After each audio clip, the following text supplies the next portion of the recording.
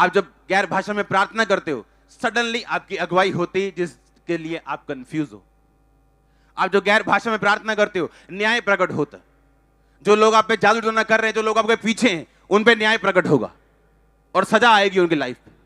मैं सच कह रहा हूं, हम नहीं मांगेंगे, हम ना तो दुश्मनों का नाश मांगते, ना विनाश मांगते, कुछ नहीं मांगते, लेकिन परमेश्वर देखेगा कौन सा व्यक्ति आपकी लाइफ से जाना चाहिए, कौन सा रहना चाहिए। गैर भाषा एक ऐसा हथियार है। और इमेजिन करो, आज लोगों के पास गैर भाषा ही नहीं,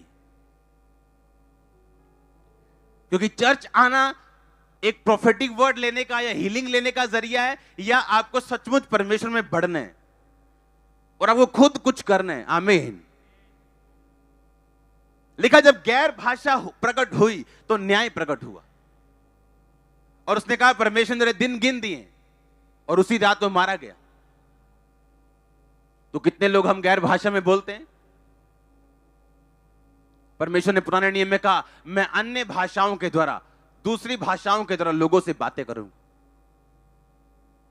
यह कोई नए नियम की भाषा नहीं, पुराने नियम में चलती आ रही, और नए नियम में अब आप भी इसके भागी हो सकते। अब आप भी इस हथियार को ग्रहण कर सकते।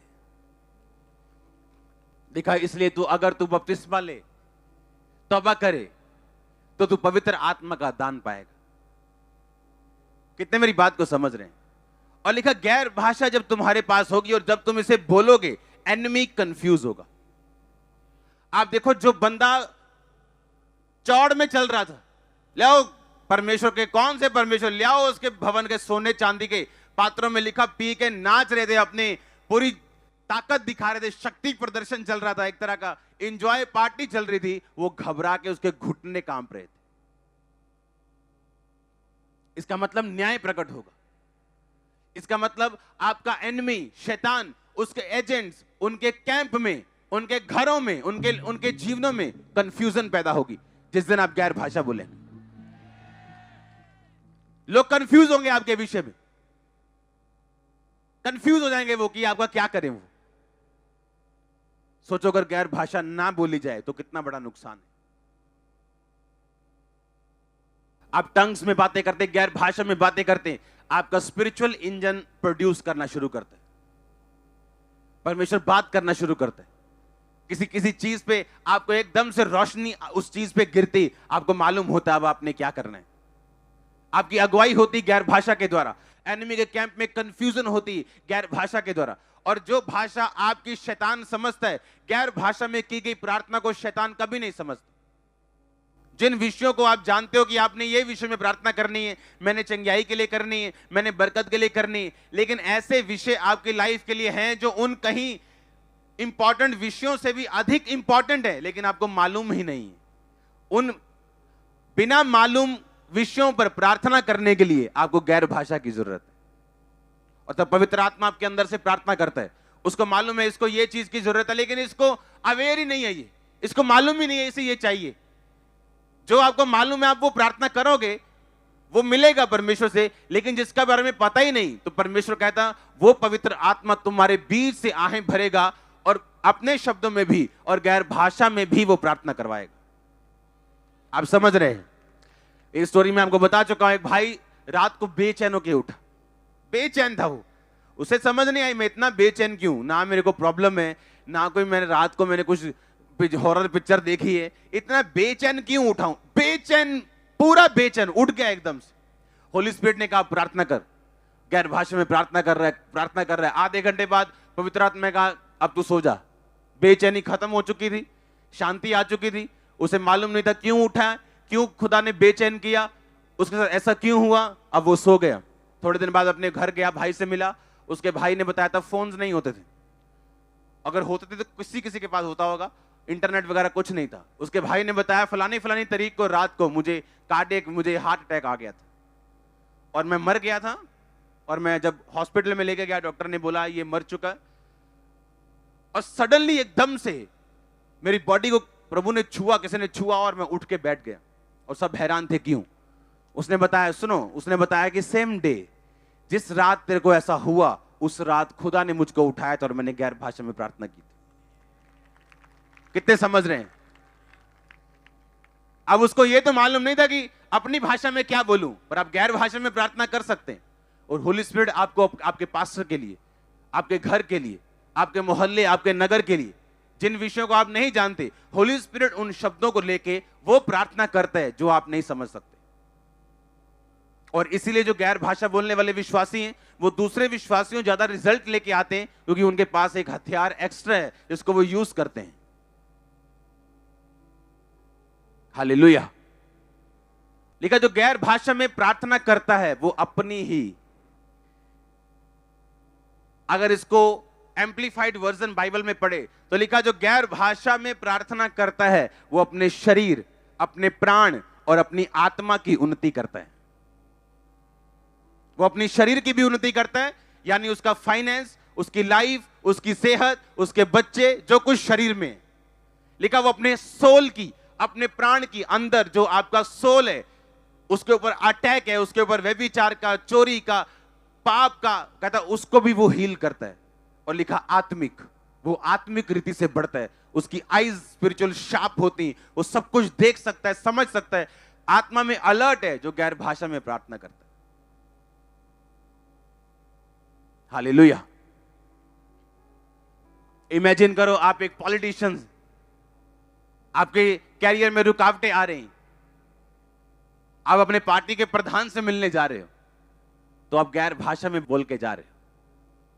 आधा घंटे के बाद अगर उसने कुछ गलत भी सोचा हुआ, आपकी शक्ल देख के मुकर जाएगा वो।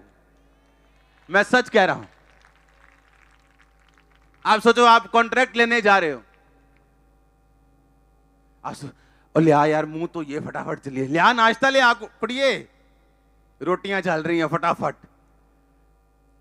फटाफट तेल पोया, भजे उधर नु। पर गैर भाषा नहीं बोली, प्रेयर नहीं की, तो हमें बार बार निराशाएं हाथ लग रही, क्योंकि जो काम आगे होना चाहिए वो पीछे। और वही अगर गैर भाषा बोल के जाएंगे तो आप समझ सकते हो क्या होने वाला। आप बिजी होंगे, बहुत बिजी। मैंने कहा बहुत ज्यादा बिजी होंगे, बहुत फ्यूचर में बहुत बिजी। आमीन। गैर भाषा उन रास्तों को खोलती। डैनियल की प्रार्थना का उत्तर शैतान ने पकड़ लिया था। आप गैर भाषा में प्रार्थना करते हो, शैतान समझ नहीं सकता इसको। अगर वो समझ नहीं सकता, वो कंफ्यूज रहेगा हमेशा। और एनिमी का कंफ्यूज रहना आपके लिए जरूरी है, हां या ना? उसकी चालों का खत्म होना। अब आप किसी व्यक्ति के लिए प्रार्थना कर सकते हो जो आपको डाउन करने की कोशिश करता है, पर उन लोगों का क्या जिनके बारे में आपको भी मालूम नहीं और आपके ग्रुप में बैठे हो, क्या करोगे? गैर भाषा। गैर भाषा वहां लगती है जहां आप नहीं जा सकते। ये उन पाइपों से चली जाती है जिनके बारे में आपको मालूम नहीं। इसलिए तो परमेश्वर ने कहा मैं तुम्हें हथियार दूंगा। हां, बड़ी सी बंदूक देखते ना तो दिल से वाह क्या बंदूक है, ये स्पिरिचुअल शानदार बंदूक है आपकी। लाखों रुपए देके मिलेगी नहीं, फ्री मिलेगी, पर कहता मुझे ग्रहण कर, बपतिस्मा ले, तौबा कर, आज्ञाओं को मान, तो तू भी पवित्र आत्मा का दान पाएगा। अब सोच लो कितना जरूरी है। सोच लो जो लोग सिर्फ चर्च ही अटेंड कर रहे हैं, प्रार्थना सिंपल वाली भी नहीं तो गैर भाषा वाली तो बहुत, सोच लो वो कहां बैठे हैं अभी, कितना पीछे बैठे हैं अभी। हालेलुया।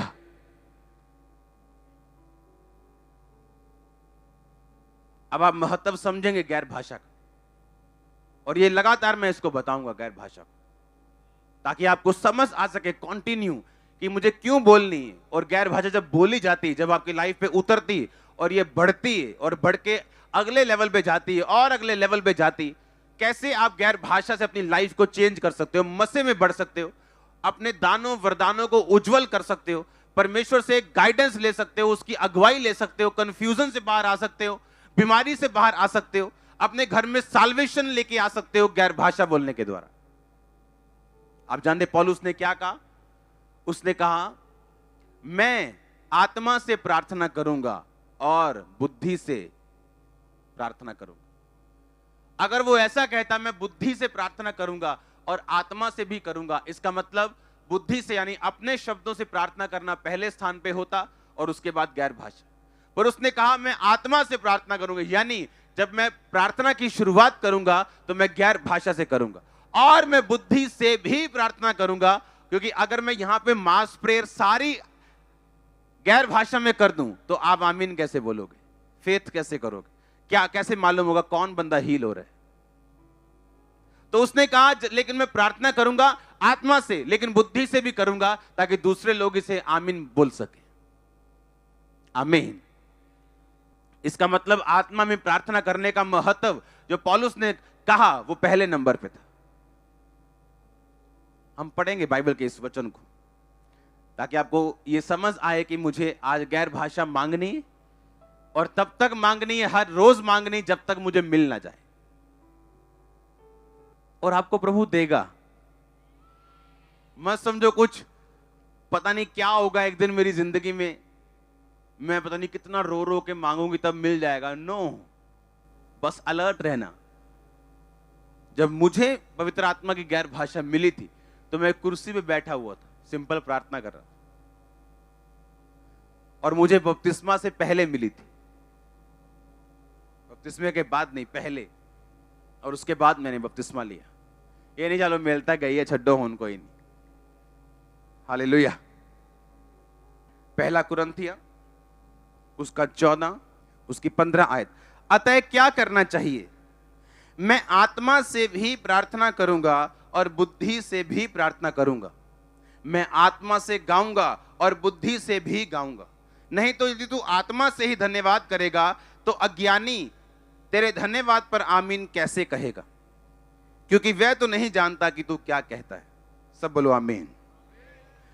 दूसरा 14 की 2 आयत में लिखा, क्योंकि जो अन्य भाषा में प्रार्थना करता है, बातें करता है, वो मनुष्यों से नहीं परंतु परमेश्वर से बातें करता है, इसलिए उसकी बातें कोई नहीं समझता, क्योंकि वो भेद की बातें आत्मा में होकर बोलता है।